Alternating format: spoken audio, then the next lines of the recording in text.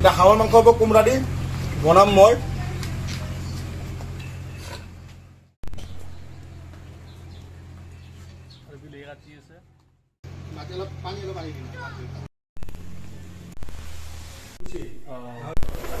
ঠাণ্ডা বতৰ আজি আমাৰ হ'ব হাঁহৰ মাংস। ফাইনেলি আমাৰ গাহৰিটো হৈ গ'ল। এতিয়া পুতুলে বনাব আমাৰ হাঁহৰ মাংসটো।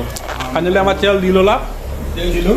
তেল দিলে কি হ'ব এতিয়া? এতিয়া কোমৰা দি হ'ব হাঁহ। কোমোৰা দি হাঁহ হ'ব। কোমৰা দি হাঁহ হ'ব। এই তেজপাত এই পাতটো কিয়? এইটো নেমুৰ পাত। নেমুৰ পাত দিলে কি হয়? নেমুৰ পাত দিম হাঁহৰ মাংস। হাঁহৰ মাংস। এইটো নতুন ৰেচিপি নেকি? এইটো নতুন আৰু এইটো তোমাৰ দেখা নাই। ধুনীয়া পাত এইটো। ফাৰ্ষ্ট কি দিবা তুমি এতিয়া? পিঁয়াজ।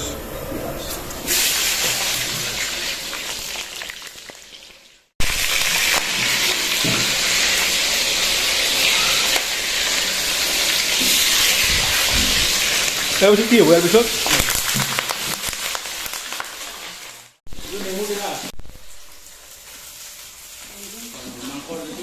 মাংসটো ফাইনেলি হাঁহৰ মাংস।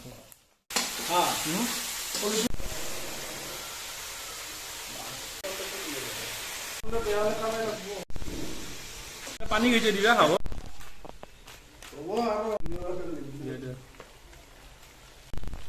কোমৰা দিব নেকি? কোমৰাটো মাংসটো ফ্ৰাই হৈ গৈছে, আধা পুৰা কমপ্লিট ফ্ৰাই হৈছে। এইটো পানী মানে আমি ভাতটো খাব পাৰিম। খোৱাৰ পিছত আমি দেখাই দিম। নাই 10 মিনিট পিছত নহয়, আধা ঘণ্টা লাগিব।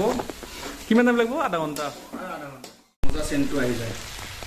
এইটো কি মানে দিলে?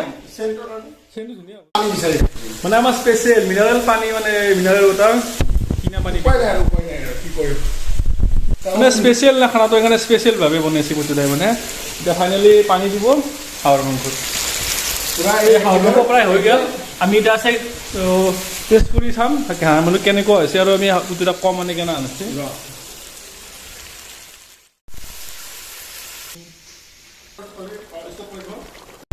ফাইনেলি হাঁহ আৰু গাহৰি তাৰ ভিডিঅ'